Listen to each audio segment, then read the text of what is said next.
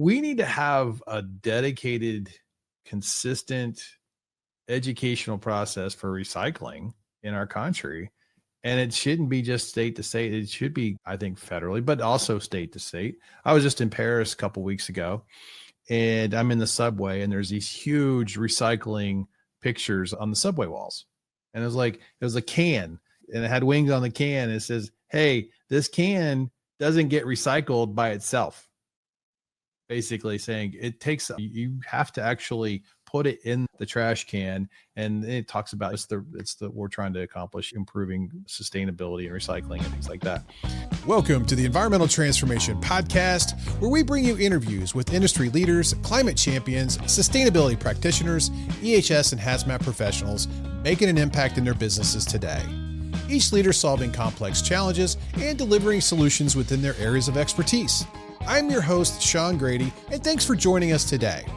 Before we jump in, make sure to follow us on your devices and visit my website at www.seankgrady.com and sign up for our newsletter and email announcements. Now let's get started. Welcome to the Environmental Transformation Podcast. I'm your host, Sean Grady, and today's guest is Meaghan Colligan Hembree, and she is a member, or actually she's a partner of Holland Knight in Washington, D.C., where she counsels Fortune 500 companies and global brands on chemical risk, environmental compliance, and high-stakes disputes and transactions. Her focus is strategic, helping clients manage complex liability across the life cycle of chemicals, from product development and disposal, and turn regulatory complexity into competitive advantage. Meaghan, welcome to the show. I watched you on some of your posts on LinkedIn, and it piqued my interest because you were speaking on EPR a couple times. And I thought, you know what, let's bring the expert in, she's a legal expert, and get her perspective on this. So welcome to the show. Sean, it's great to be here with you today. Yeah, thanks. Talk a little bit about, let's give a definition for some of the listeners who may not be that familiar with EPR. Maybe you can just kind of give a high level summary of what is it and how does it affect the industry and maybe people personally? I think it's a great place to start because it doesn't exactly provide a clear vision of what it's intending in its name. But if you look at the basic words, the first one is extended. So they're, in essence, laws that are designed to extend responsibility related to end-of-life management for product disposal and recycling to the parties that are producing the plastic as a component of their product, and therefore their method of transferring their product to customers. So historically, it's very important to start here. Waste is managed at the local level generally. So every municipality has a different way of doing things. There are general obligations under federal law for how landfills are managed and permitted and how recycling infrastructure generally exists. And all of that implementation occurs at the state and local level. And in 2018, China stopped accepting waste from other countries. At that moment in time, we saw, from a policy perspective, a significant moment, a window of opportunity for issues related to the plastics and waste streams in America to take full center screen. And right around that time period, US policymakers and states started asking themselves, what are we going to do? How are we going to handle this? At the same time, in Europe, or at almost the exact moment in time, we had the EU, for example, developing their first set of plastic bans for single-use products.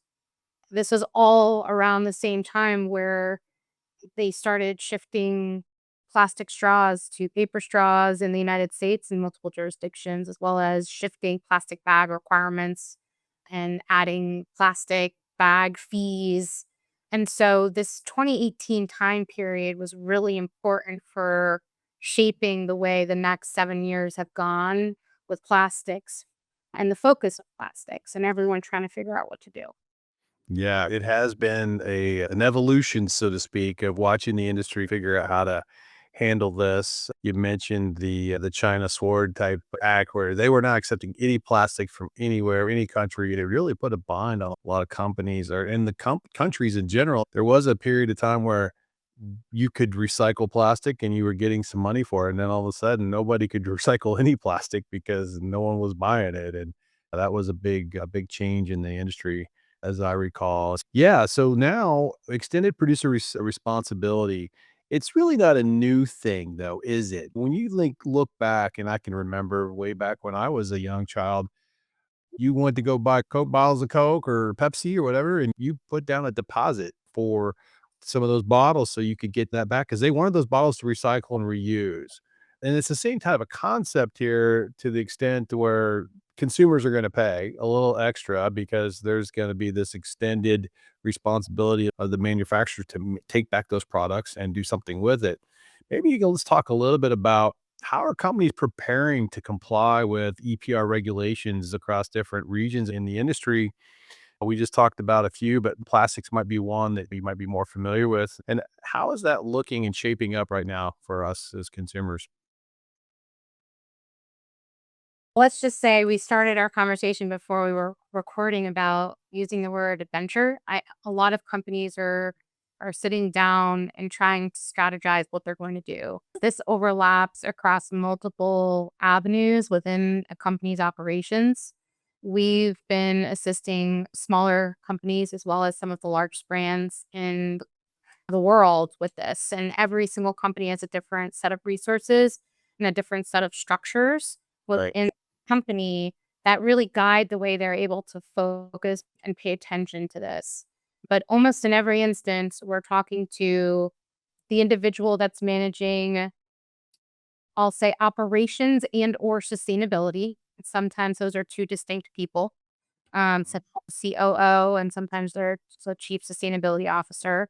We're generally also meeting with the legal department, and frequently we're interacting with folks within the ESG setting at the same time, and packaging engineers. We're also speaking with people within the revenue divisions of companies. So sometimes it's the CFO, sometimes it's their sales department, but every single one of those individuals or roles becomes a critical player in figuring out how is a company going to assess their packaging use for reporting obligations that happen to be distinct in the several states in which these laws have been enacted. As well as you mentioned, this has been happening in other places. So there are global EPR requirements in Canada. For example, is we're working with a lot of companies that are selling their products into Canada and have obligations there as Right. well as across the globe. Yeah, this can be a pretty complex situation for a global company that has products that go everywhere. And at this day and age, any company could technically be global if they've got a product that they can sell and ship. It sounds like this is going to be a consideration for a lot of firms to evaluate when they're making decisions on packaging their product, how they create, I guess, the return loop, so to speak, of that product. And maybe you can talk about what that looks like for some of the discussions you've been having with companies. What has been the biggest challenge from an operational perspective and maybe a financial perspective of where companies implementing EPR programs? I'll start with the supply chain.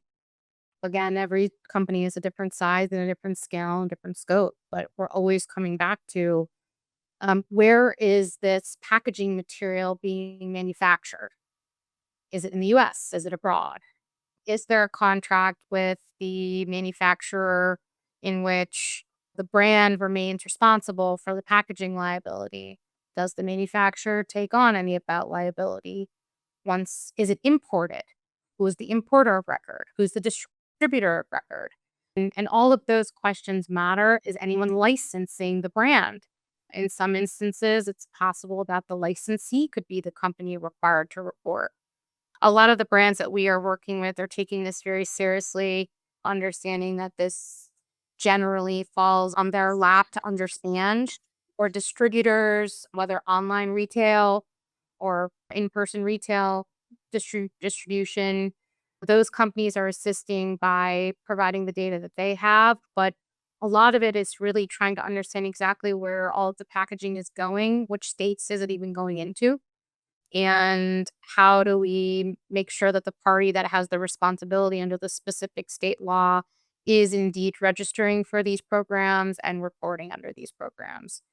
The complexities continue on, but I would say that's one of the very first questions. Yeah, right. Thinking about it from a strategic perspective, you mentioned a few scenarios there, but I'd imagine if you're a manufacturer, if you could write into your contracts for some of these packaging companies that you're buying the material from, that they're going to be responsible. That's probably one way to kind of offset or get around some of this type of responsibility. Is that correct?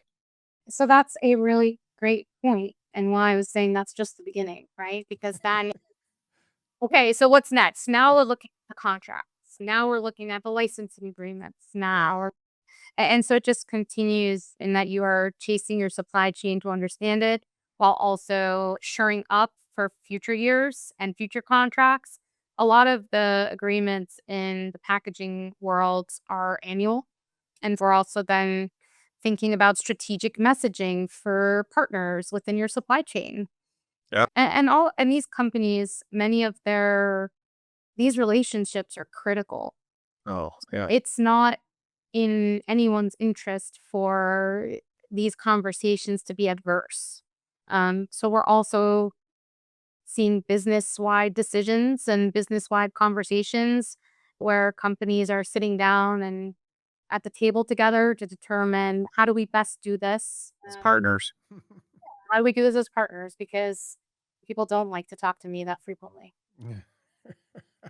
Oh, I don't know why not. Come on. Hey, so you're in the weeds, so to speak, with a lot of companies now trying to navigate these requirements and advising them, which is great. But how is EPR influencing product and the package design decisions within the industry, within electronics, consumer goods, automotive? There's a lot there in this area. And what comes to mind is like, how can companies be more thoughtful about creating more of a circular economy related product that, is gonna be used for packaging that's easily recycled. It's not complicated, it's simple. What are you seeing in that space where companies are really investing in a little more thought in that? Before these EPR laws started taking US operations by storm, we saw so many companies being thought leaders around how they could impact sustainability generally. I want to preface with EPR being let's say, a tool in the toolbox of moving towards the circular economy. But there are so many other areas of law, regulation, and also just consumer management and consumer relationship and trust and reputation building that are critical right now. There's also greenwashing risks in terms of like how companies are communicating what they're doing to their customers. So again, I start there because EPR is just a piece of the puzzle, and many brands are stepping into leadership roles right now and evaluating that exact question. Some of them are designing new packaging for their products, and you can see that when you're out at the store. I recently saw a very well-known brand that indicated on their bottle that they had reduced the amount of packaging from the last bottle that you had seen them using by a certain percentage. And companies are proud of this. They're proud of the way they're changing their materials management. Sure. They're looking at their climate reporting requirements and saying, okay, in addition to reducing the amount of materials we're using for this packaging, can we transport it in a different way? There's studies out there that show that if you reduce the weight of packaging, it reduces the amount of GHG emissions. So all of these things are interconnected, and companies are building out sustainability committees that are thinking really critically about all of these moving pieces.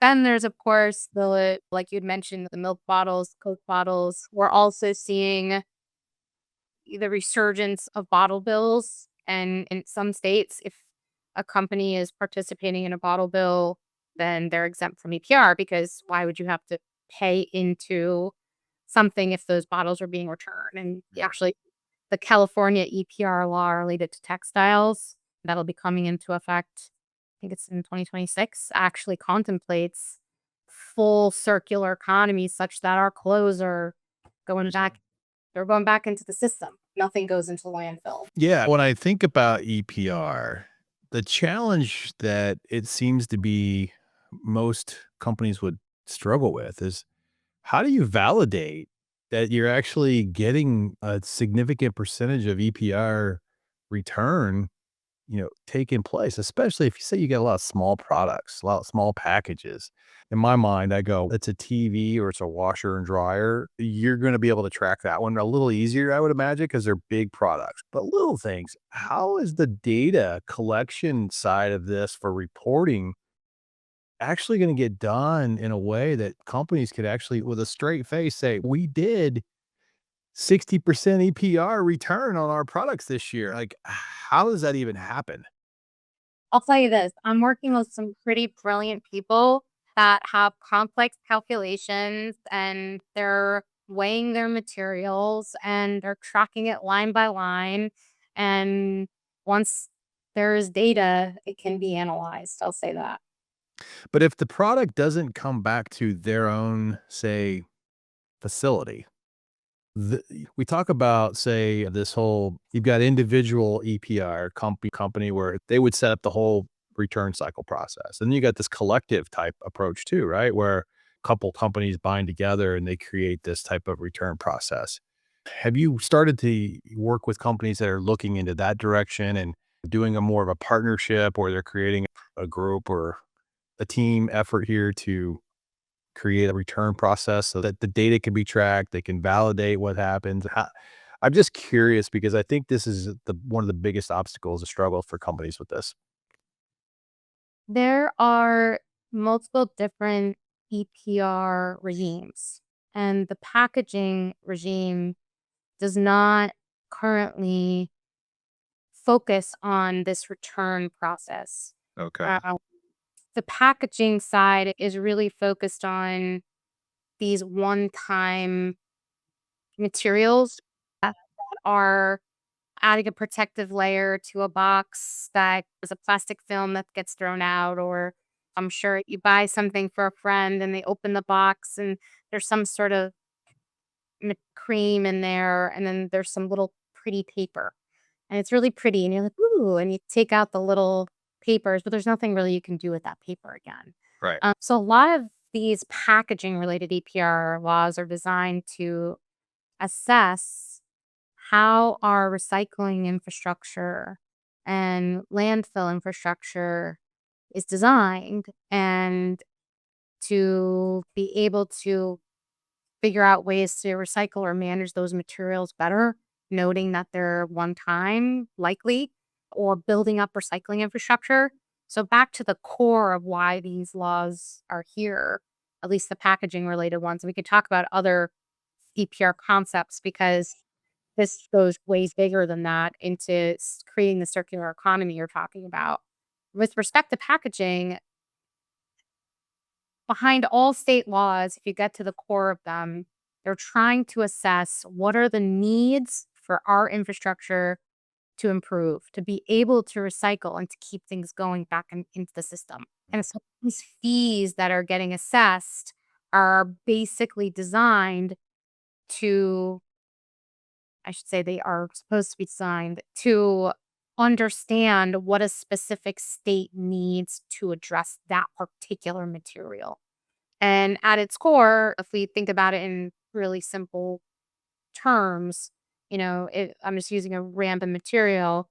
If it's determined that 80% of the state's recycling facilities can't handle this particular type of material, then the goal would be that these fees are designed to collect more money for those types of materials. So then that money can then go into the state and into the local municipalities to build their capacity to handle it. And that's really where these fees are designed to go. There's a I lot of see. there's a lot of questions about what'll happen once those fees are collected and if it'll really work. but that's at the core of the packaging related EPR. And that kind of makes sense because to kind of really manage the whole life cycle of a small package, that would be just too onerous. I could imagine. I like the concept of creating the packaging to be more sustainably, I guess, more recyclable, essentially, and less. Make it strip the thing down to its bare bones, so it's simple, it's easy, it's going to have a. I guess it's the best way to recycle the product when it does get recycled. Help companies get there because, yeah, we don't need a lot of single-use plastics floating around just because you keep adding more wrappers or extra material to a product. It's a significant challenge for companies because they'll create products and they'll create packaging that is technically recyclable. But then if the state doesn't have the appropriate infrastructure, there have been lawsuits where if somebody says my material is recyclable, but then it's linked, there's a state that actually can't recycle it. Then they should get an exemption. Instead, they're getting sued for making the claim that their material is recyclable. It can't actually be recycled. So Yeah. there's a lot of moving pieces, and that's why it also really matters for companies, even though it can be frustrating up front, I think, to have these new fees. I think the vision is ultimately that it creates a system that will minimize those greenwashing risks, will increase the recyclability. But we've got a gap to fill, and states are using EPR as one of their tools to try to close that gap. There's a lot of questions about whether or not it's the right solution. Yeah, I think some of the easier ones you could think of for EPR would be like, say, tires. You buy tires, you go get a new tire, and that tire goes back to the manufacturer's system. That'd be a pretty, I think, a simple, an easier way to have a closed loop type EPR. But I'm sure there's other products. But hello, ET Nation. I want to thank you for listening to the podcast. If you're enjoying the interviews we bring you, consider supporting the program by visiting my website at SeanKGrady.com and buy me a cup of coffee. Proceeds will go towards helping me continue producing timely content and offset production costs. I'd also like to take a moment and recognize a few of our sponsors of the show who have been amazing partners and are ET Nation legends. If you're looking for a drilling and environmental contracting firm to help you delineate the extent of contamination at your site, then look no further than Cascade Environmental. Cascade has over 37 offices across the country and offers a huge range of environmental and geotechnical drilling, site characterization, and remediation services. With their huge fleet of equipment, nationwide coverage, Cascade is a great choice to support your environmental and infrastructure needs. To learn more, check out their website at cascade-env.com. That's cascade-env.com. Hey, are you looking for an equipment rental company to help you with your next wastewater remediation or waste management project? E-Tank is the only environmental equipment rental company in the industry that offers 100% guaranteed certified clean temporary liquid storage tanks at no additional cost. This protocol gives peace of mind for the previous customer by limiting their downstream liability as well as the future customer by preventing any cross-contamination for all of their rental tanks. E-Tank also runs a one-of-a-kind complete maintenance program for all rental items including liquid-tight roll-off containers, fluid transfer pumps, and filtration items. The next time you are presented with an environmental challenge, call E-Tank to come up with the solution for your problem. I want to thank one of our sponsors, WasteLink. WasteLink is the all-in-one software platform transforming how environmental professionals manage waste, connecting generators, service providers, and disposal facilities in a way that is simple, connected, and transparent. Their platform helps streamline everything from waste profiling and routing to inventory management and billing, giving you the tools you need to operate more efficiently and reduce cost. Whether you're a generator looking for better options or a service provider seeking greater efficiency, WasteLink has you covered. If you're ready to take control of your waste management processes and optimize your business, visit wastelink.com to schedule a demo today. I like the packaging scenario. I'm sure there's some challenges there. And I could imagine with a company who makes a product and it's recyclable in, say, New York, and then over there in New Jersey, it's not because they don't have the infrastructure over there. But that's pretty close. They could ship it to New York pretty close. But anyways, if they make the one package and then it doesn't meet every state's requirements. So that does sound like a pretty challenging prospect. And I love that we're talking about more than packaging because there have been higher EPR laws. Okay. Connecticut passed one in 2023. Yeah. New York State introduced a bill mandating tire collection. And so there's beyond packaging, many other industries. There's long-standing battery EPR Oh, program. yeah. It's out there. There's a lot going on in the space. What's your thoughts here? How might EPR regulations spur innovation in material science, recycling technologies, and sustainable product development? It seems to me this whole EPR initiative really going to initiate the advancement of all these new circular economy technologies and things. I would think it just Oh, it absolutely it's already happening. There's like in tandem of with these laws are multiple packaging engineers and scientists that are working their tail off to figure out how they can make internal changes outside of the law to make their products have less of an impact on the environment. So really, I think consumers have shown companies that this is a priority to them, and companies respond to laws, but they really do respond to their consumers, right? So there's amazing steps being taken. I also think for the companies that don't have the infrastructure, like the larger sustainability teams, the packaging engineers, they're, I believe, more likely to be financially impacted by this because they're just smaller in general. And this is a whole new compliance requirement on them that they likely didn't plan for, which I think could trigger them to say, all right, rather than deal with this, let's just change our packaging. yeah. Yeah. We don't have the overhead to even make room for annual fees, or we've got to figure this out. I yeah, there are some exemptions for certain businesses, but in some instances, you're like, okay, does that what happens if all 50 states have one of these laws and this is how much money they're charging? That we haven't seen that just yet, but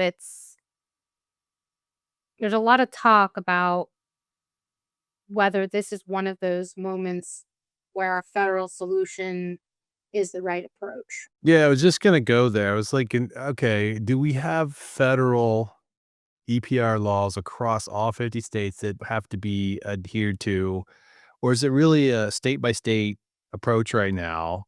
And man, that's a whole interesting prospect in a sense. It's all the environmental regulations that we're already dealing with. That you got federal, and then you got to understand the nuances of the state laws associated with the federal. And that's fine, I guess, for the most part, but is it mostly being led by state at this point? Yeah, absolutely. Although there's been a lot of legislative activity related to this, related to packaging, related to recycling, relating to plastic pollution. At one point in time, I had a list of every single legislative activity that's gone forward in the last 8 years or so. But yeah, I think there's a law called the Break Free from Plastic Pollution Act that I believe has an EPR concept related to beverage containers and some plastic products. In the last administration, there was a letter that went out to, I believe it was to most agencies, but in essence, the core of the letter was basically, hey, when there's federal procurement involved, we don't want to use single-use plastics. There was there were some Senate hearings last March. The FTC has been evaluating the green guides for multiple years. So I think and there have been multiple recycling infrastructure bills. The issue and what makes this a very interesting place to work as an attorney is there's so many cross-jurisdictional issues between Mhm. funding, between implementation of the actual infrastructure, between enforcement. So, what's the right way to do this? I think we can step back at this moment in time already with lessons learned from the rollout of Oregon's, Colorado's registration and reporting requirements, with California's and Minnesota's next in line, to see what would the benefits be if there was something at a federal level. Some of the benefits to having this at the state level is it's forcing the process. And whenever you have a federal law like this, it would take immense studies, data collection, to get it right, to really create something that is equitable and effective.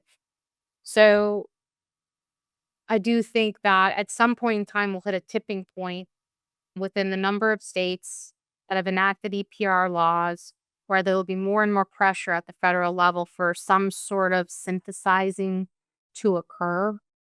Will it get into the nitty gritty of the day to day? I don't know. Will it create some minimum recycling standards? I worked on some legislation that proposed that. That was issued last fall, that some recycling standards would be very helpful to create, let's call like the foundational web that then all other waste management and recycling issues could be managed through. So I don't know. We'll see. If there's a lot to be done here.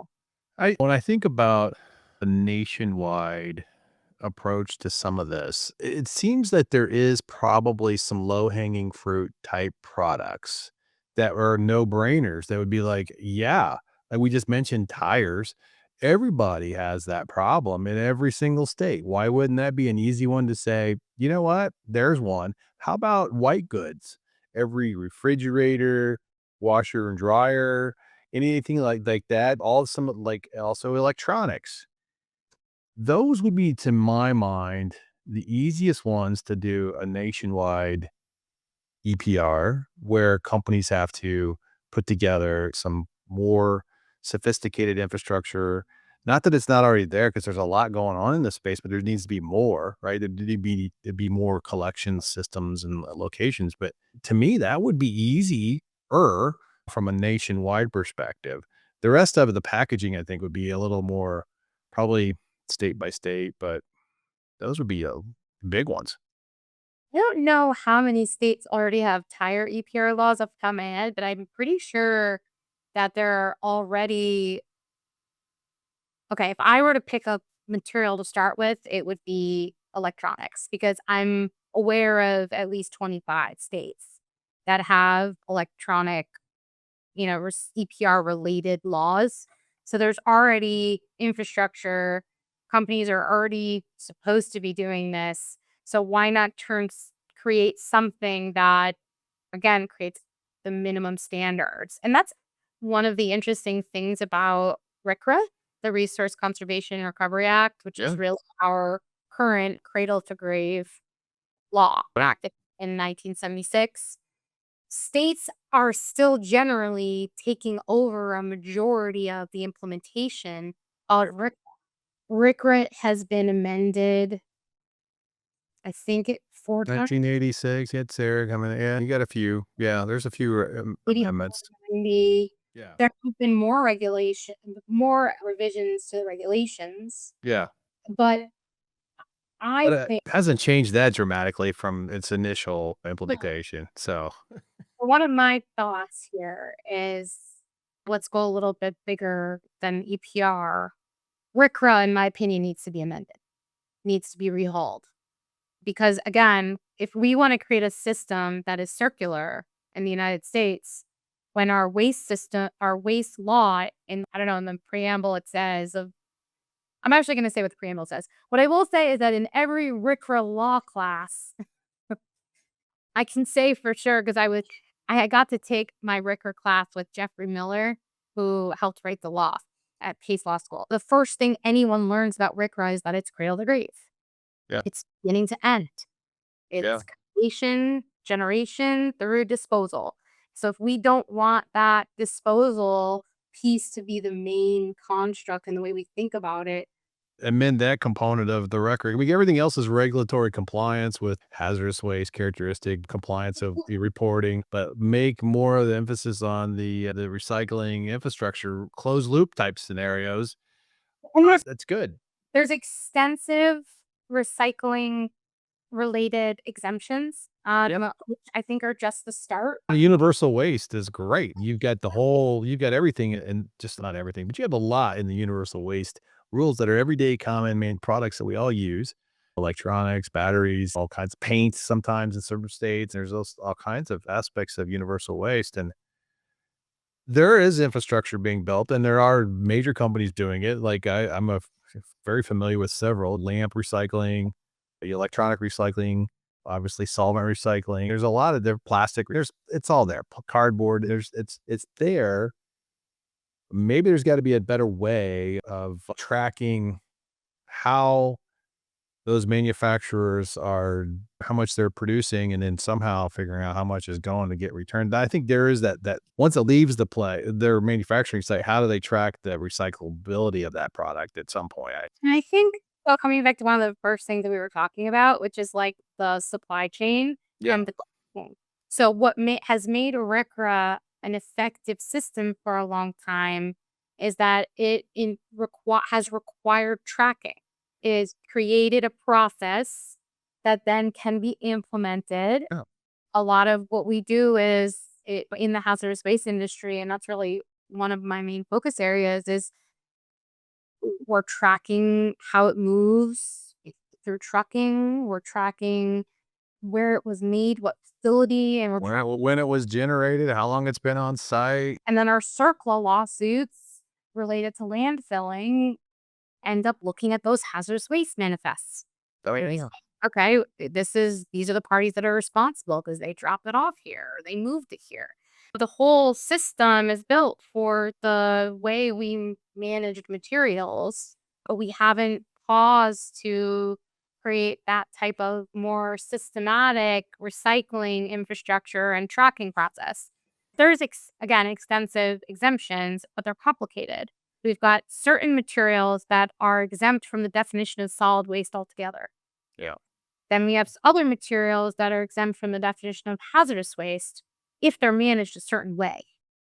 And anyway, so I think there could be a simplification of that whole. It would be one area of the federal regulations that could help reduce or improve an EPR type circular economy component for sure. I still feel like we're missing the products that are manufactured that are shipped out to consumers that they won't ever be able to manage themselves, the company themselves technically again. They're just going to hope for the best that society recycles the products better, more effectively. And I think there's the big disconnect, or at least the challenge for EPR in a lot of areas. Unless we come up with some amazing technology that can sort materials that are going into all of these facilities that can better weigh and manage all of the materials from anyway. I think there's You're spot on, and there are new technologies coming online. There are with AI and visual recognition and processing, and there is some huge improvements that are being made in that area. They are costly to get them implemented at a lot of these locations, so it's going to take time, I think, before a lot of these companies are really in a position to where I guess the technology and the equipment becomes very affordable and standardized. But it's going to it's going to take some time. But I think that there's good signs that's already really available now, but not at the scale that needs to be. agree. And the other component besides, okay, obviously, can someone let me rewrite Ricker one day? I'd love to work on it. Yeah. But I cut to my Bork dream. I'll be honest with you, but okay. It Oh, does need it needs an overhaul. I'm with you. It's a challenge. There's some of the regulation or the requirements just you scratch your head and say, come on, really? But they were written this in 76. It's a different world. We handled yeah, it right. different. And this was their first attempt at a major regulation they were tired of seeing companies just dump their stuff in the back 40 like they did at Love Canal. That's why. I think it's an amazing law. I'll say that.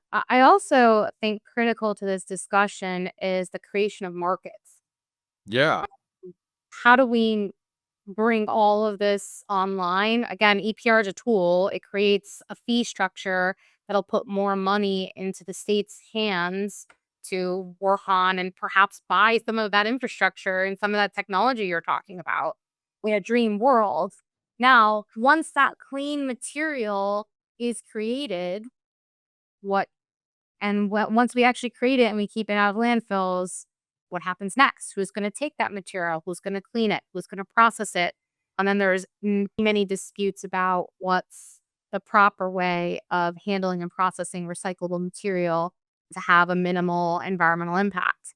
So I think that's another critical component of the discussion and it's another, think about America as a free market society. If we create the market for it, it's very for the waste to be handled. Like, for example, China was a market. They made money. Yeah, totally. They totally made money on it, and They just stop. they were just getting inundated by the world basically because they were just kept sending stuff to them.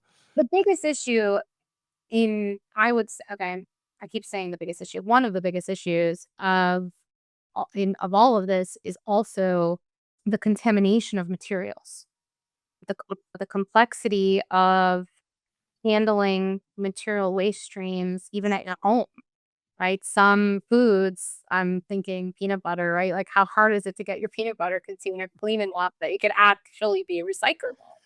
Yeah, there's that. And you're right. Now, I'm aware of a few firms. Republic's one, they just opened up a couple blue polymer facilities, one in Indianapolis where I reside, and they've got one in Phoenix, and I think they just opened a new one. I'm not sure where, but I heard that. They've come up with a way to actually clean and process some of the plastic that is dirty that's so that they can effectively clean it, process it, and then make it a product for resale in the market, and that's great. So strides are being made in certain areas of the business under that, and I think that's real important. I've got a big panel discussion coming up in a couple of weeks in Louisville at the EHS Hazmat Summit, where I'm leading a circular economy conversation with leaders from Republic, leaders from ERI, which is Electronic Recycling International, and also with a company called Pretread. And Pretread is a company that recycles tires and makes road barriers out of it. The big concrete ones you see, instead of using that, they're making them out of recycled tires. And it's a great product because the durability of them, the longevity of them, and it's a reused product. You don't have to go on or dig up the earth. They've already done it. So it's more sustainable. And we're talking about that, the whole circular economy infrastructure being built and growing it and dealing with these challenges that a lot of companies are facing, either with EPR or just because the companies want to deal with it because it's the right thing to do from a sustainability perspective, reducing carbon footprint, all that good stuff, right? So that's a lot of it. When do you anticipate EPR compliance will increase prices on consumers, and how can companies manage it and offset this impact? The money is going to have to come from somewhere, right? So are they going to, that's a business decision. I don't know if companies will put that on their consumers or take the hit, but most companies are generally, Passing down the cost. yeah, and seeking to increase revenue. But the other thing is, the way I like to think about it is, this is where consumers and companies can show leadership in general. Right. Because if it's not coming through this EPR fee that's going to be assigned based on the weight of packaging used by producers, it would have to come through taxes anyway if we were to work through and enhance and increase the infrastructure. So I don't see a world where we all don't have to invest in infrastructure. All of us. Yeah, Don't- everybody's gonna have to contribute to the process to make this work. I think the intent of the law was for producers to hold that back more. But in essence, by doing that, it does then say to consumers, you know what? I'm going to choose the companies that are producing as little packaging material as possible. Value purchasing is what I call that. And so then it does also potentially shift consumer decisions, which shifts market decisions, which shift fees and all of it. So is that a better approach than taxes and having everyone pay into the states. I don't know. I think it should be a consumer-based approach, in my opinion. If you wanna buy the products and you're willing to pay for it, then great. But if you don't buy those products, then you probably it wouldn't be fair. You have to pay into it if you're not buying that product. So it seems like it'd be best if it's based on the actual products you're buying because then it's directly related to the process and the consumer product instead of just a flat fee that everyone has to pay. I don't know. Like, at least that's my thoughts are on I think about it with a slightly different product base and chemical issue, but really similar and connected to my larger practice on just product stewardship and chemical management. Excuse me. When we look at the history and the way PFAS bans have rolled out, just for a second, we're not going to go there. I know that's not the purpose of the conversation today. But go for it, because unfortunately, consumers are having to take the brunt of it. In many ways, it's also how consumers are realizing and starting to actually think about what they're consuming, right? They're like, oh my goodness, I didn't even think that this was something that I should be paying attention to. And so they're consumers, even before the bans began, started saying, okay, we're not going to buy those nonstick pans anymore. Get rid of your nonstick pans, everybody. And so then what happened? A whole new industry came to be. Yeah. We've got a whole new cookware industry overnight of companies that are competing to produce the best nonstick pan that Doesn't have PFAS in it. and that's a whole nother question of which PFAS compounds, but we'll just say, how do we create a non-stick material that has the lowest risk chemical exposure? Sure, absolutely. And that makes sense. I think from that part or that perspective of the consumer, I think the biggest challenge though right now is all the damage that's already been done by PFAS for consumers having to pay that they're like, we didn't even deal with that stuff and they're being exposed and have to pay for water treatment that they didn't agree to. So yeah, that's the biggest challenge I see with a lot of unfairness in the process right now. And there's that. If we get back to EPR though, I think that there's a lot that can be done. And I think there is a lot of onus on individuals just to be better recyclers individually. Everyone just does it a little bit and takes the initiative to recycle more and reduce their water consumption and turn those lights off and things like that. Collectively, it'll be a big impact. And so I think that's a big thing. But how might EPR improve the quality and convenience of recycling and waste collection systems for everyday consumers? How do you see this really making it easier for them? I'll just say to be determined on that one, but that's another component of what the fees that are being collected are intended to support. Mm. Coming off of EPA's, it was either sometime between 2018 and 2020, EPA put out a report where it outlined the critical issues for recycling in the United States and what was blocking us from getting to a recycling rate of 50%. And the number one issue, in essence, was besides the fact that every state law and municipal jurisdiction just does it differently and handles it differently, was that it's tough for consumers to actually know what's right. I've spoken to many people who are like, I just moved to a new location and I used to be able to recycle glass, but now I can't recycle glass. I can recycle glass, but not from my actual home. I have to somehow, Drive, yeah, I have to 10 drive miles away. a whole new process into my life to do that. And I want to do that. But when am I going to do that? And I know I'll get to it eventually. And all of a sudden, 6 months pass and you're finally like settled enough in your new location to think about your refuse. So I think that there's more to be, I'll just say more to be determined here, more to be built out, but the goal is we move in that direction. What we can say is there's a ton of data out there about recycling in general, which gives us the ability to say where are the areas in the country where the least recycling is occurring. And my perspective, if I was in charge, would be to start there.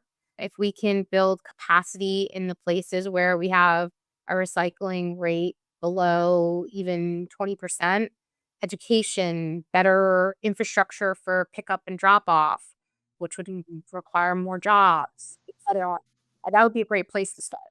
Yeah, I think the biggest opportunity is the education side of the house. It's educating constantly at a very young age.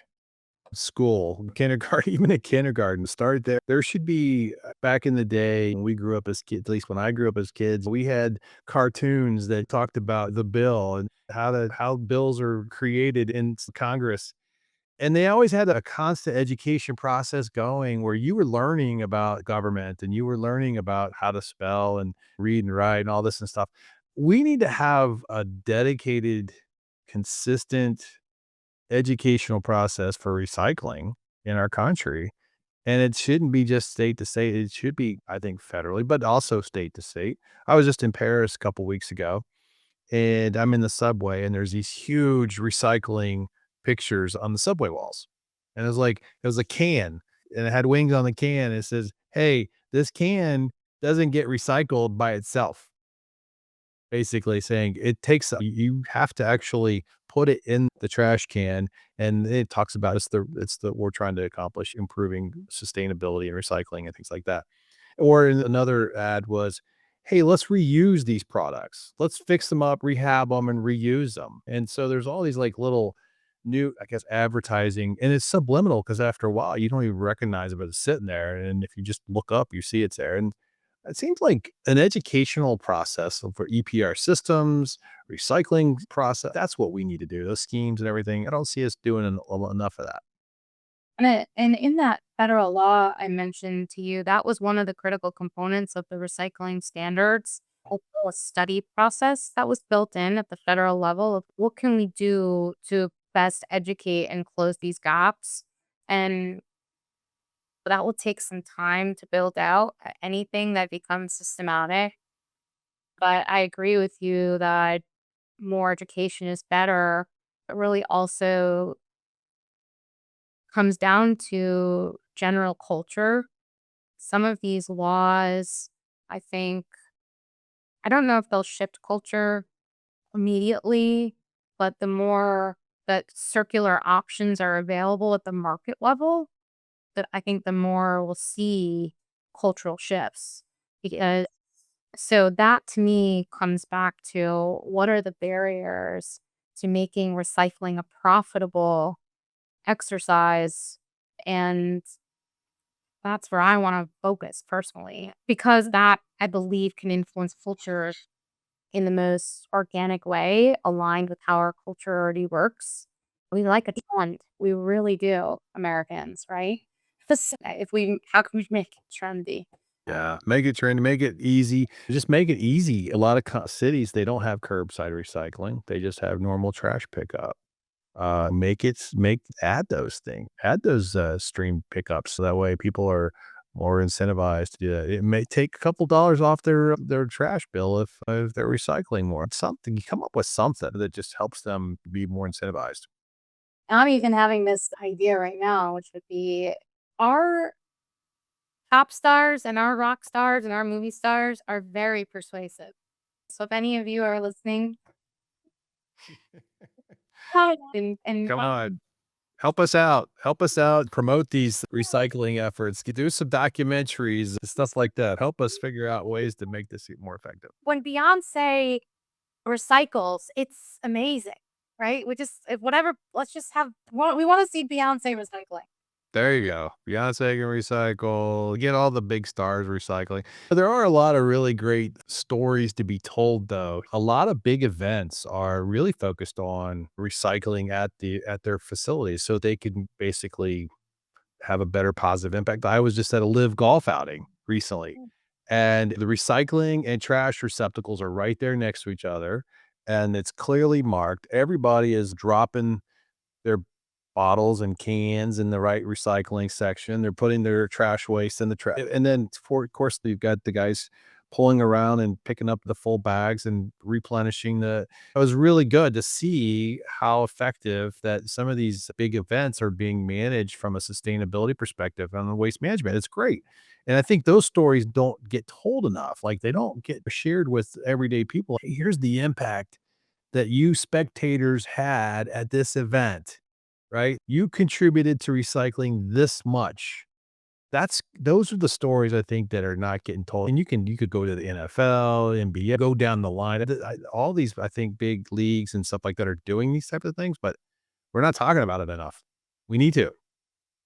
Yeah, even if there was like towards halftime and right toward the end of the game, hey, on your way out. Don't forget to drop off your empty container here. I mean, Imagine if every event had a like resource manager usher who was like designed to pump you up or something. And yeah, right. this way to the most exciting, place at the stadium. Yeah, the recycling center. Exactly. No, that's great. I love our conversation, Megan. This has been exciting, educational for the listeners as well. I really appreciate you coming on the show. I know we could spend probably another 30 minutes easily talking about EPR concepts and some challenges, but I think we've covered the topic pretty well as far as some of the issues that are out there. There's more to be dived into, I'm sure, and explored. I really appreciate all the work you're doing there at your firm. Just keep up the good work at Holland Knight. Really appreciate that. And thank you for coming on the show. Thanks so much for having me. It was a pleasure. Thanks for listening and watching the show. If you enjoyed the show, then please share it with your friends and coworkers on social media and tell somebody in person. Thanks for being with us, ET Nation.